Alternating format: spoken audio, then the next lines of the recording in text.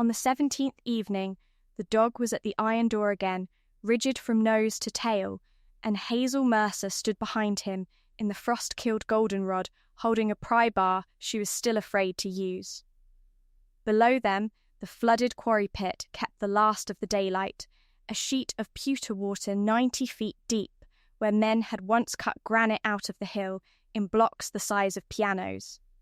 And on the ledge above the water stood the powder house, squat and windowless, its walls a yard thick, its one low door of riveted iron shut fast since October of 1957.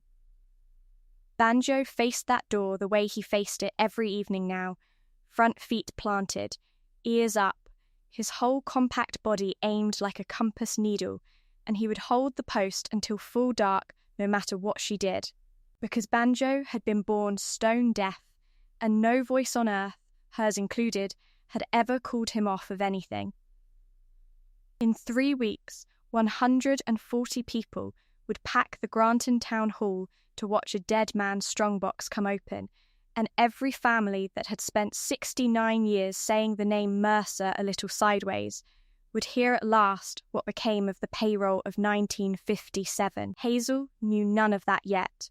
She only knew that her deaf dog would not come home, and that whatever he wanted stood on the wrong side of a 1/4 inch of rusted iron. She had come back to Granton, Vermont, in the last week of August, with everything she owned riding in a borrowed stock trailer, 34 years old, $2,900 in her checking account, and a letter from a lawyer in Montpelier saying that her grandmother's farm was hers now. The house and the barn and the 81 acres, and, folded into the acreage like a stone in a loaf of bread, the dead quarry that no Mercer had walked to in Hazel's lifetime. Faye Mercer had died in April, in her sleep, at 86, with her boots by the bed and the wood stove laid for morning. Hazel had lost her job in July, when the Creamery Cooperative in Rutland closed its testing lab and moved the work to a plant across the state line, and so the inheritance had arrived less like a windfall than like a door held open in a hard rain. She moved into the farmhouse on the 1st of September and spent 2 weeks learning its sounds, the clank of the pasture gate, the particular groan of the third stair, and Banjo learned the place faster than she did, because Banjo learned everything through his feet. He was 3 years old that fall, a blue heeler out of a cattle dog breeder over in Washington County, New York, mottled blue-grey like weathered stone himself, with a black patch over his right eye, an ear, and legs the colour of oak leaves. He had been the biggest pup in the litter and the only one born deaf, and the breeder had stood in his dooryard holding the squirming fact of him like a bill come due, and said that a heeler who could not hear a whistle was no use to any farm on earth, and that the kindest thing was not to let him go on taking up milk. Hazel had driven out there that day to buy a started dog for her landlord's beef operation, and she came home instead with a deaf 8-week-old pup asleep inside her coat, $40 poorer and never once. In 3 years, she taught him hand signs off a photocopied sheet from a shelter in Burlington, flat palm for down, fist to the shoulder for come, 2 fingers held up for wait. And he learnt them in a month, and then went on to learn the rest of the world without her help. What he could not hear, he felt. He knew the grain truck was coming before it topped the hill, because the washboard road spoke through his pads. He knew which stall the barn cat hid in by the tremble of her purring against the plank floor. He watched faces with an attention that unsettled people who preferred a dog to be furniture, and the old men at the feed store called him the little policeman, and did not entirely mean it kindly. A deaf dog, Hazel had learned, is not a dog with something missing. He is a dog listening in a different alphabet. The quarry had been shut for most of a lifetime, and Granton had never really finished talking about how it closed. The Granton Granite Company had worked that hill since before the Civil War, shipping monument stone to Boston and Brooklyn and Chicago, and the village at the foot of the hill had once kept a hotel and an opera house on the strength of it. By 1957, it had come down to one pit, 41 men, and an owner named Whitfield Sloane who lived in Albany and visited his own quarry twice a year in a chauffeured Packard. The company was failing all that summer, everyone knew it, and on the first Saturday of October the paymaster, a spare, upright, silver-haired man named Gideon Pruitt, who had kept the books for 30 years and taught Sunday school for 25, drew the last payroll from the bank the same as always. Monday morning the men climbed the hill and found the gates chained and a notice from Sloane's lawyers nailed to the post. Tuesday morning, Gideon Pruitt's wife found him on his kitchen floor, dead of a stroke with his shoes on, and the pay box was not in the office safe, and it was not in his house, and it was not anywhere. The county sheriff searched for a month. He went through the quarry office, drawer by drawer, and through Pruitt's neat little house, board by board, and he even unlocked the powder magazine on its ledge above the pit, the stone house where the dynamite had been kept, because it was the only building on the hill with walls worth hiding something behind. The key to that magazine hung on a numbered board in the quarry office, and there was exactly one, and it belonged in the keeping of the powder man, whose whole job was tending the explosives and logging every stick in and out, and that man was Amos Mercer, Hazel's great-grandfather. The sheriff opened the magazine with Amos's key and found whitewashed walls, empty cedar racks, a sand floor, and nothing else at all. And that emptiness, strange to say, was what convicted Amos Mercer in the mind of the town. Because folks reasoned that a locked stone room with one key was the natural place for $4,000 to rest. And if the money was not there, then the man who kept the key must have moved it somewhere better. Gideon Pruitt was dead and had sung in the choir, so he could not be the thief. Amos Mercer was alive and owed money on a tractor, so he could. He was questioned 3 times and charged never, because there was nothing on earth to charge him with, and it did not matter. For the rest of his life, in a town of 900 people, Amos Mercer was the answer to a question nobody asked out loud. The quarry lease died with the company, and the land came back to the Mercers, who had owned that hillside since 1840, and Amos would neither sell the pit nor look at it. He worked other men's woodlots and other men's sugar bushes, kept the magazine key in his pocket because handing it back to nobody in particular would have looked like running, and died in 1981 still saying the same 6 words he had said the first morning. I never touched $1 of it. Faye was 17 the fall the quarry closed. She kept her father's key in a button tin and his silence in her spine, and to the end of her days she never once walked the cart road out to the ledge. All of this Hazel knew the way you know weather without remembering having learned it.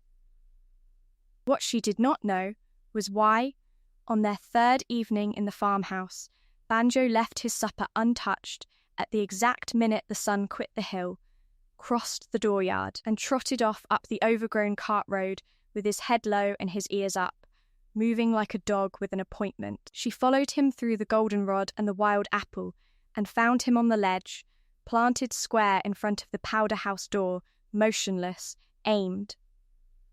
She thought coon, then porcupine, then bear, and stood a long while with her heart going, while the water below them turned from copper to slate. He held until the light was entirely gone, and then he shook himself all over, answered her fist signal, and walked home at her knee as though nothing whatever had happened. The next evening, he did it again. And the next. By the end of the first week, she had stopped thinking porcupine and started keeping count. On the 10th evening, Dale Hutchins's pickup idled into the dooryard while the dog was up on his ledge. Dale farmed beef on the next place north, a heavy-set, unhurried man of 60 who had ploughed Faye's lane free of snow every winter for 30 years, without being asked, and he arrived bearing a butternut squash from his wife and an offer of $400 an acre for the bottom fields, which was low, but not insulting. Then he glanced up the hill at the small blue shape fixed in front of the iron door, and his face did the thing every Granton face did when the Quarry entered a conversation, a polite closing, shutters swung to against weather. "That dog is standing guard on an empty room," he said. "Deaf ones get fixations. Hazel, my father always said a dog that stares at nothing is a dog you feed for nothing." He did not say it mean, which somehow made it worse. He told her she ought to fence the pit before some summer person's child drowned in it, and that if she ever wanted that eyesore of a building knocked down, he had a cousin with an excavator.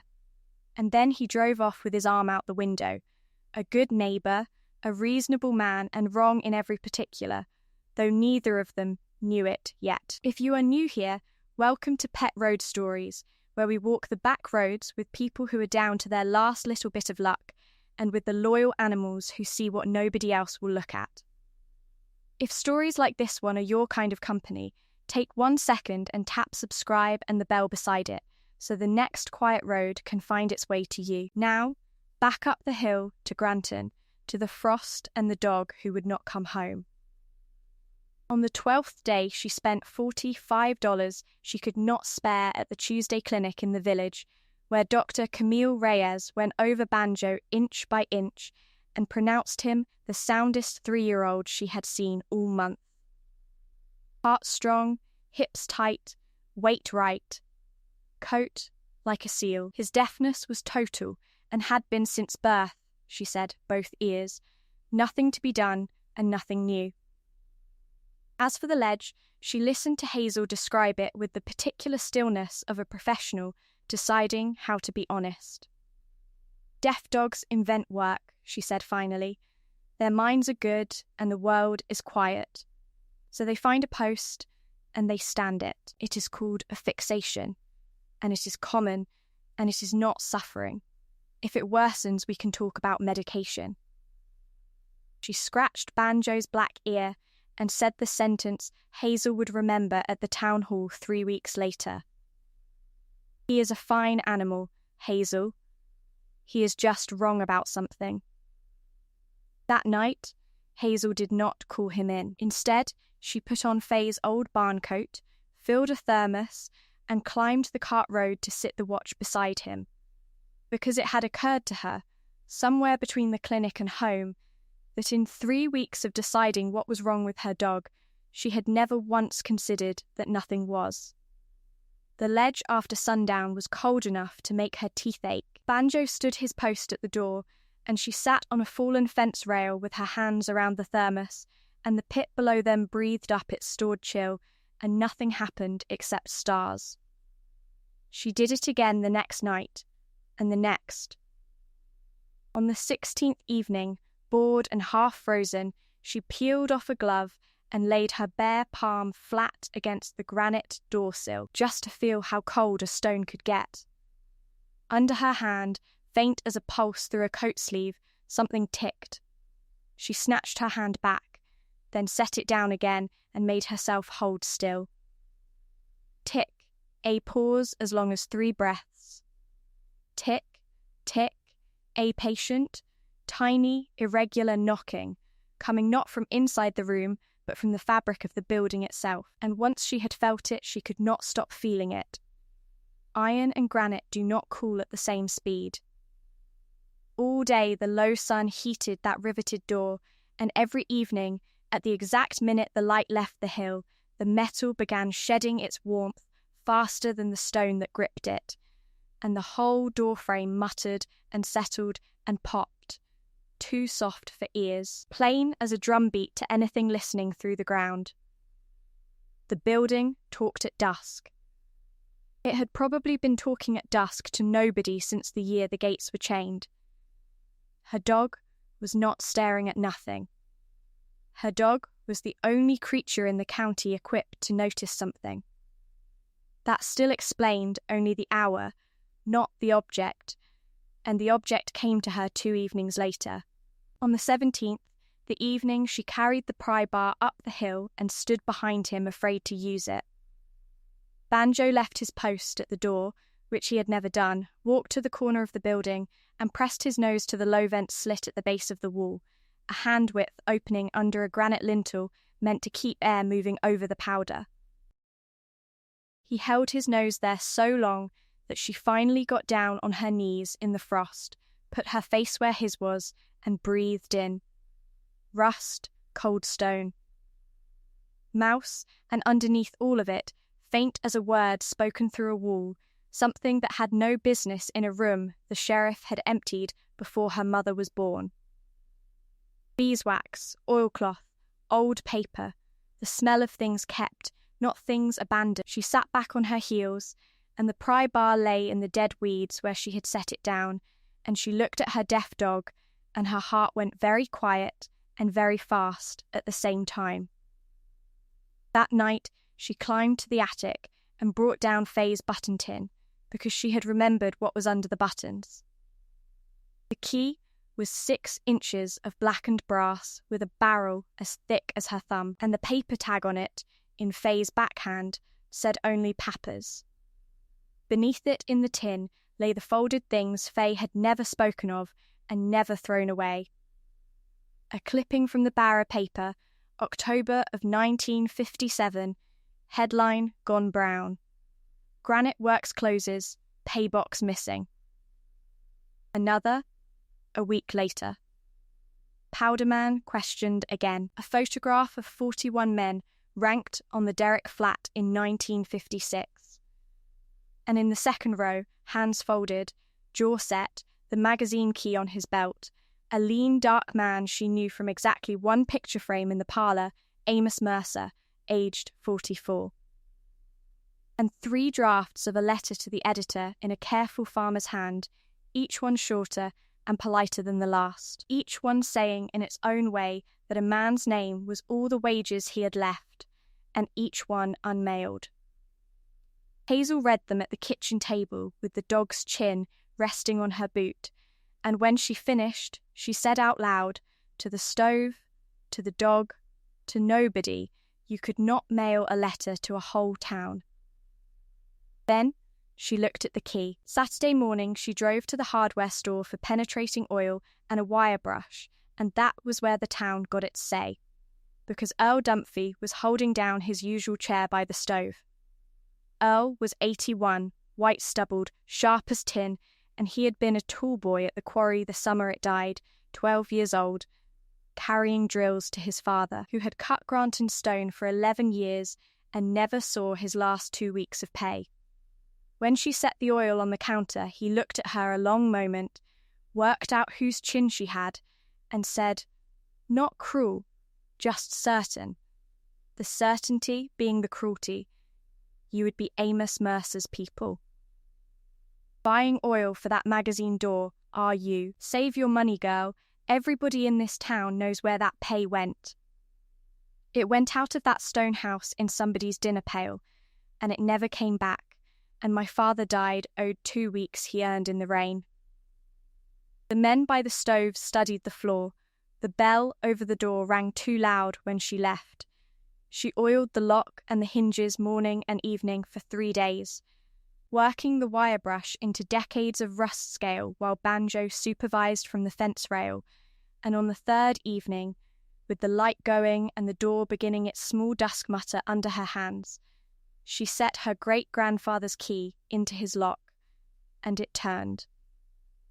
It did not turn easily. It ground through the wards like a spoon through frozen sugar, and gave at the end with a snap that she felt in her wrist bones, and then there was nothing left between her and the room except hinges, and the pry bar had its use at last, set under the door's lip while she leaned back on it with her whole weight.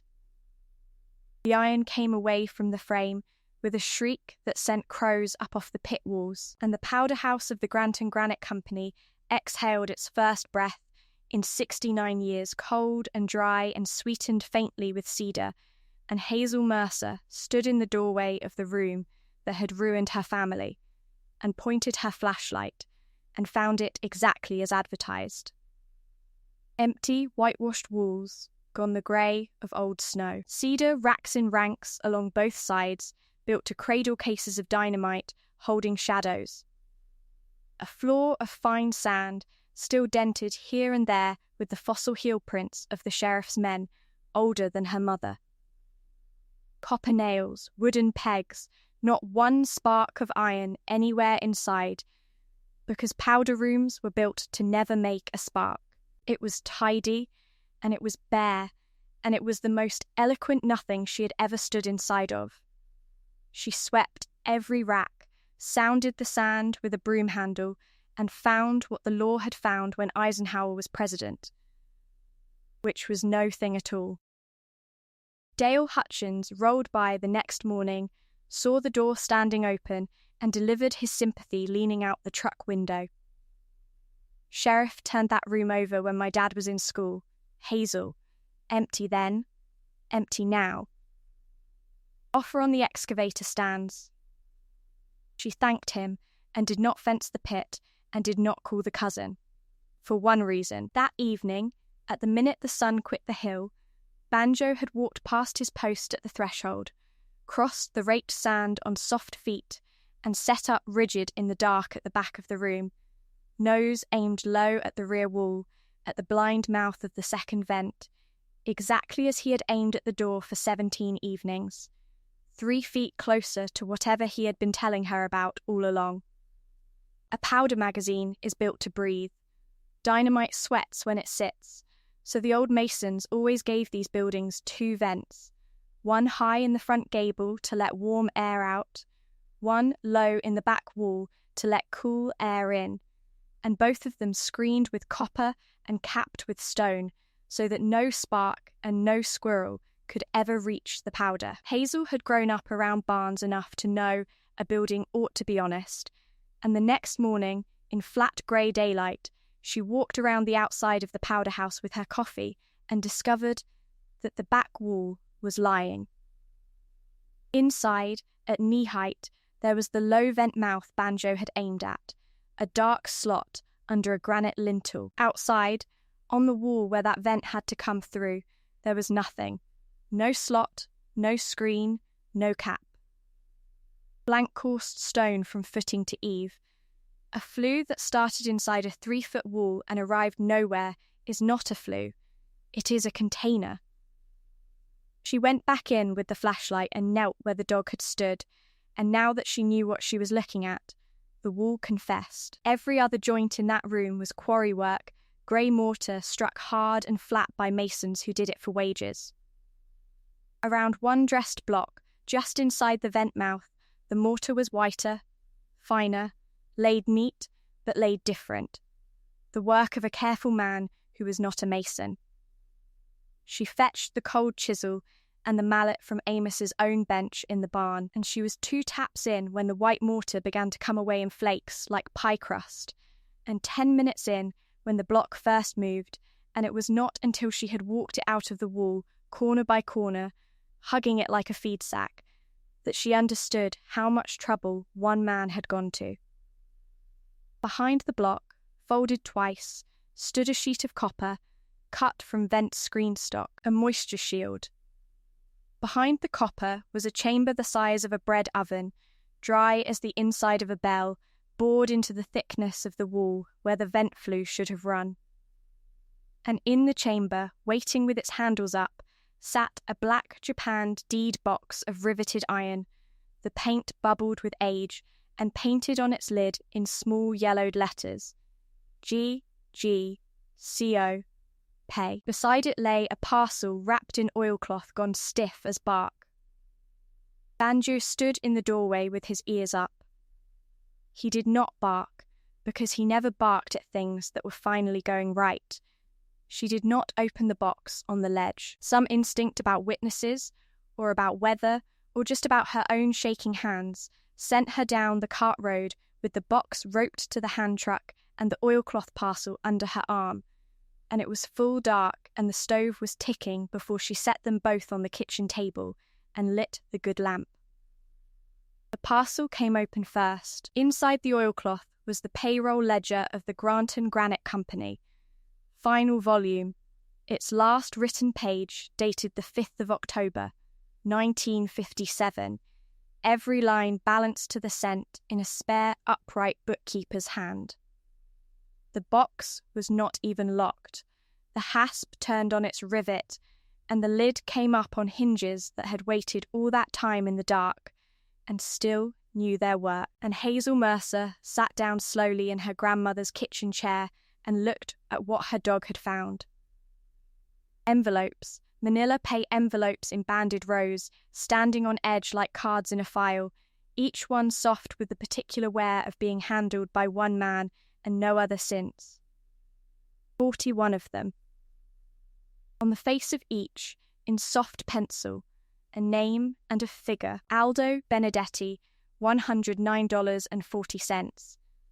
Ovilla Lafleur, $116 even. Hector Munro. Felix Barzac. Names off the granite crews, Italian and Scots and French and Polish, the whole quarried world of that hill in a tin box. Under the envelopes lay a canvas bank sack of silver dollars for the older men who mistrusted paper, and a tally of the whole payroll, $4,612.90, initialed G. P. And flat against the bottom of the box, sealed with red wax and addressed in that same upright hand. To whoever finds this, to be read aloud, lay a letter. She broke a dead man's seal at her kitchen table with her dog's chin on her boot, and read, I am Gideon Alonzo Pruitt, paymaster of the Granton Granite Company, and if a stranger is reading this, then I have been prevented from finishing what I started, and I ask the reader to finish it for me. On the 3rd of October, the owner of this company wired instructions that the final payroll, already drawn, be returned to the bank at Montpellier to be set against his notes. The men of this quarry have cut stone in rain and frost for their wages, and the wages are not the company's money once they are earned. They are the men's.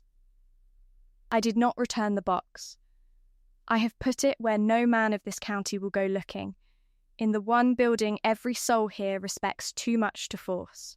And I mean to stand at the gate on Monday morning and put each man's envelope in each man's hand, and answer for my method afterward to the company, the law, and the Almighty, in whatever order they ask.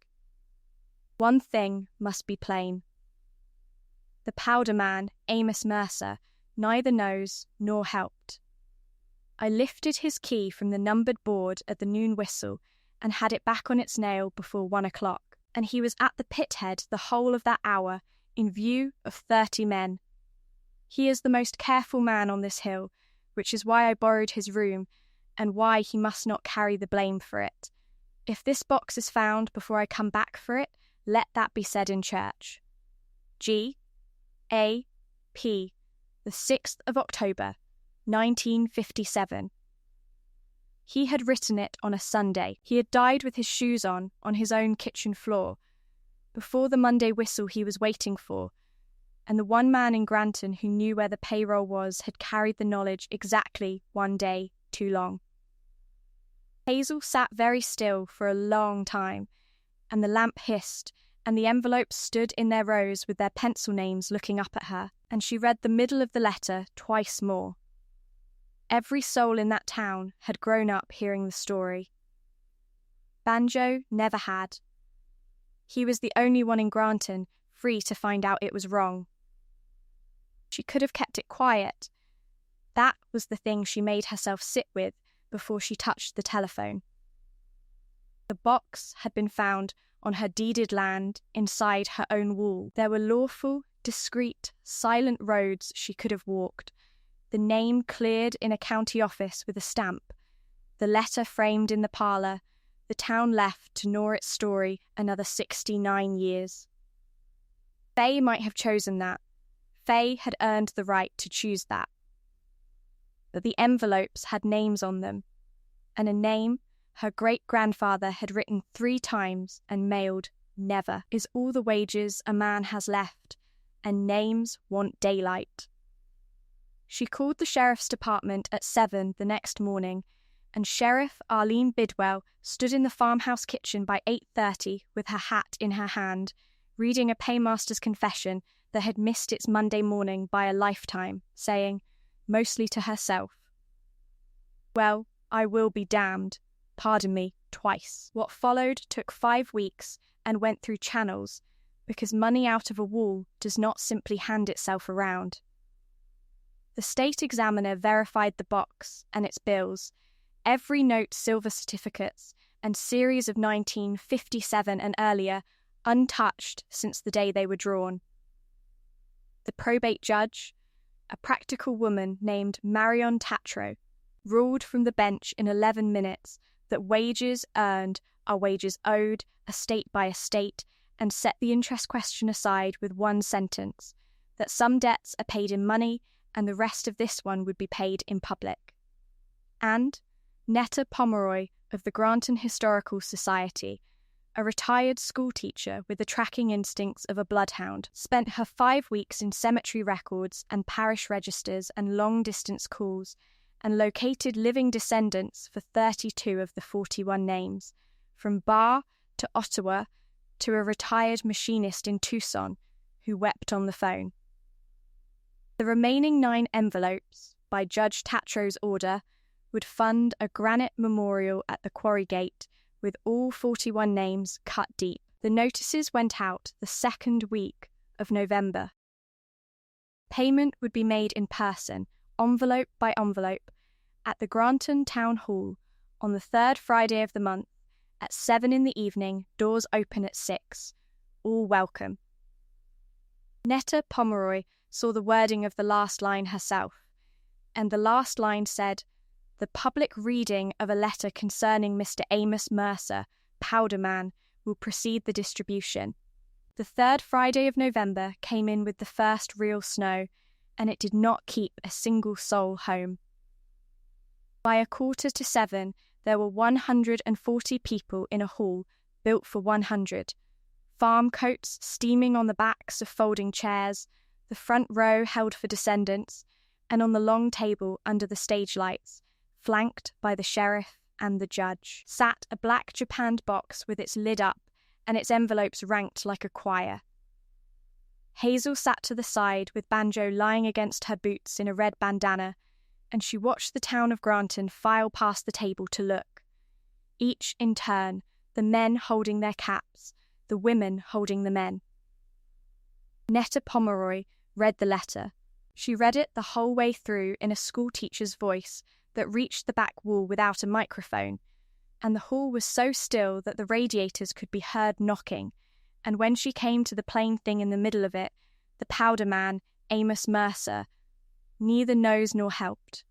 He is the most careful man on this hill. A chair creaked somewhere in the back, and nobody coughed. She finished with the 6th of October, 1957, and folded the letter, and looked out over her glasses and said, 69 years, ladies and gentlemen. This town owed a debt in 2 currencies. We will pay the money first. They read the names in the order of the ledger: Benedetti, Lafleur, Munro, Barzac. One by one people rose out of the front rows, a granddaughter here, a great-nephew there, the retired machinist who had flown in from Tucson, holding his boarding pass like a hymnal, and each was handed a manila envelope with a name in pencil and the exact figure inside it that a man had earned in the rain when Eisenhower was president. And not one of them said anything about the smallness of the sum, because it had stopped being a sum. When the clerk called the name Dunphy, the hall turned around in its seats. Earl came up the aisle slow, in his good coat, and took the envelope marked Cornelius Dunphy, $112.60, and held it in both hands for a moment. And then, instead of sitting down, he turned to face the room and found Hazel at the side of the stage. 70 years, he said. I told the story the same as my father told it to me, and my father told it wrong, and I made it worse in a hardware store 5 weeks ago to this girl's face. He lifted the envelope. My dad got his 2 weeks tonight. Your people were owed better, Hazel Mercer, from the company and from every one of us. And I am standing up here to say I am sorry in front of the same town I said the other thing in front of. He sat down to no applause at all, and the silence held. It was Dale Hutchins who broke it, later, when the last envelope was gone, and Judge Tatro had read her order about the memorial. He stood up in the 4th row, worked the brim of his cap, and said, "Most of you know I farm next to her. I told her that dog was staring at nothing. I told her a dog that stares at nothing is a dog you feed for nothing, my father's line, and I gave it away free like it was wisdom." He looked at the blue dog lying against her boots. I called that dog broken.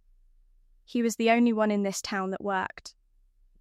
And the hall laughed and came apart and stood up all at once, and the clapping rolled forward in a wave, and Banjo, who could not hear one clap of it, lifted his head anyway, because 140 pairs of feet were drumming the old floorboards, and the applause reached him the only way it had ever needed to, up through his 4 feet and along his bones. Dr. Reyes found Hazel by the coat rack afterward, tapped Banjo's chart in her breast pocket, and said, "I wrote fixation in this. Monday I am writing an amendment." The Historical Society took its findings about Whitfield Sloane and printed them, without editorial comment, in the winter newsletter. The owner, who had wired for the workers' wages, had gone through bankruptcy in 1959 and died in 1964 in a residence hotel in Albany, owing 11 weeks of board, and the hotel had kept his furniture.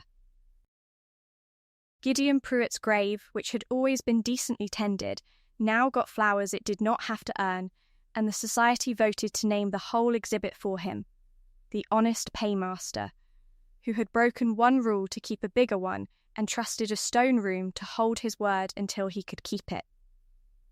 Spring came late, which is the only speed it knows in the hills, and by June, the powder house did not look like a shame anymore.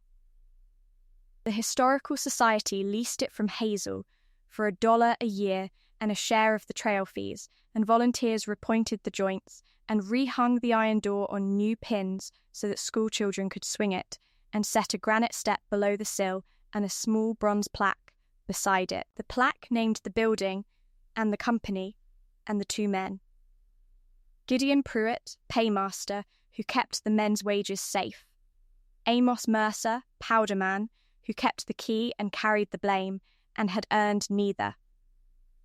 On the 3rd Saturday in June, the granite memorial went up at the old gate with all 41 names cut deep and honest. And Hazel, who had taken part-time work that winter at the memorial stoneworks in the village, learning to letter, cut one more stone herself under the carver's eye, a small footstone for a grave on the hill cemetery's east slope. Amos Mercer, powderman of Granton. His name came home. As for Banjo, the evening after the sheriff carried the box away, he trotted up the cart road at the usual minute, stood before the open door for the length of one long look, and then turned around and came back down to his supper, and that was the end of it. Whatever the building had left to say at dusk, it was apparently nothing he needed any more. He sleeps through sundown on the porch boards now, flat on his side like a dropped glove, and if the evening is fine, Hazel walks the ledge with him on Sundays, and the pit holds the sky, and the door stands open, and none of it costs her anything to look at. Though she has noticed, lately, that he has begun sitting at attention in front of the old scale house at the foot of the Quarry Road, 10 minutes at a stretch, head cocked, one paw raised, and she has decided, this time without any committee meetings about fixations, that sooner or later she is going to find out why. But that is another evening's story. If this one kept you company tonight, stay a moment before you go. Think about that 17th evening, the pry bar in the frost, a whole town's certainty on one side of the scale and one deaf cattle dog on the other, and be honest with yourself about which way your own scale would have tipped. Would you have pried that door on the strength of a dog who could not hear you? Or would you have led him home and called it a habit? And would you, with the letter in your hand and the name cleared, have paid those envelopes out in the open in front of everybody? Or kept the whole quiet victory for your own kitchen table? Tell us what you would have done in the comments, and tell us where in the world you are watching from, because this porch has room, and we read every last word, and the company is the point. If you want to be here when the Scale House gives up its answer, subscribe and ring the bell, and we will meet you on the next quiet road, where somebody who has run clean out of luck is about to find out what the overlooked and the underestimated have always known. And up on the hill behind the farmhouse, in the long gold end of a June evening, a blue speckled dog lies asleep on warm granite with his back against an open iron door. And the water in the old pit lies still enough to hold every colour the sky has left, and keeps them